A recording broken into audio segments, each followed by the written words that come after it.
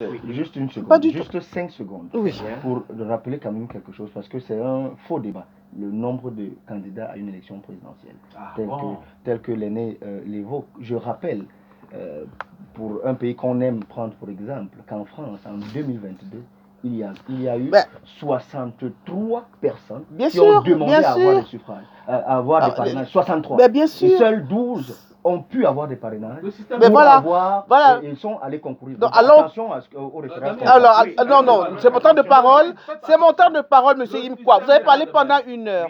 Monsieur Doté, c'est bien ce que je disais. Et voilà. Donc, il faut aller attaquer à la source. Parce qu'aujourd'hui, même si nous sommes d'accord sur ce plan-là, le cadre n'est pas le même. Justement, c'est faussé. Le cadre est faussé au Cameroun. Tout est fait. Mais justement, il faut un scrutin à 2 tours, justement. Je dis à mon jeune frère Damien. Attends, tout doucement. On va tout doucement. Alors, tout doucement. Et puis Damien, ça veut dire que pour vous n'avez pas de problème, même s'il y a 200 candidats à une élection présidentielle. C'est pas un problème. Mais pour nous, ce n'est pas un problème. C'est un problème uniquement dans le contexte camerounais. Non, attention. Dans le contexte camerounais. Attends. Pourquoi aux États-Unis, un président allez-y, monsieur, parce que pourquoi ce serait un problème? Vous avez la parole, vous la prenez à tour de rôle si vous voulez. Oui, allons-y Damien. Pourquoi dans le contexte camerounais ce serait un problème? C'est moi qui l'ai dit, hein, c'est pas monsieur Damien. Maintenant, s'il corrobore, il est d'accord. Non, je suis d'accord avec vous. Alors pourquoi ce serait pas un problème? 300 candidats, pourvu que chacun arrive, c'est ça? Le problème, c'est le code électoral. Voilà. Le problème, c'est le code électoral. Le système même. Qui autorise les candidats à se présenter?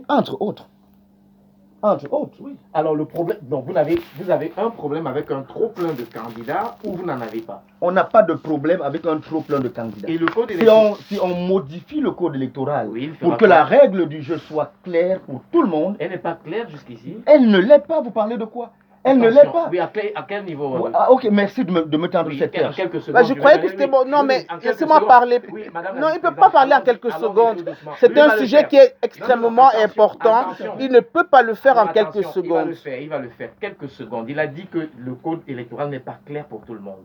Une ou deux références. La première, vous êtes candidat pour battre quelqu'un à une élection municipale, c'est lui qui vous délivre le certificat d'acte de naissance. Il ne sait pas que vous êtes candidat. Il ne sait pas. Ah d'accord, il ne sait pas que vous êtes candidat. On vient d'appeler, de convoquer le corps électoral. Lui ne sait pas que vous êtes candidat, c'est ça? Je ne suis pas d'accord. Quand vous le dites, c'est incroyable. C'est-à-dire que vous voulez dire, c'est incroyable ce que vous dites. Comment ça? Vous dites que vous voulez vous présenter à Matom, par exemple. Oui. Et qui vous délivre le certificat de... Le maire UPC qui vous délivre. Alors que il va vous dire qu'il le fait. Mais est-ce que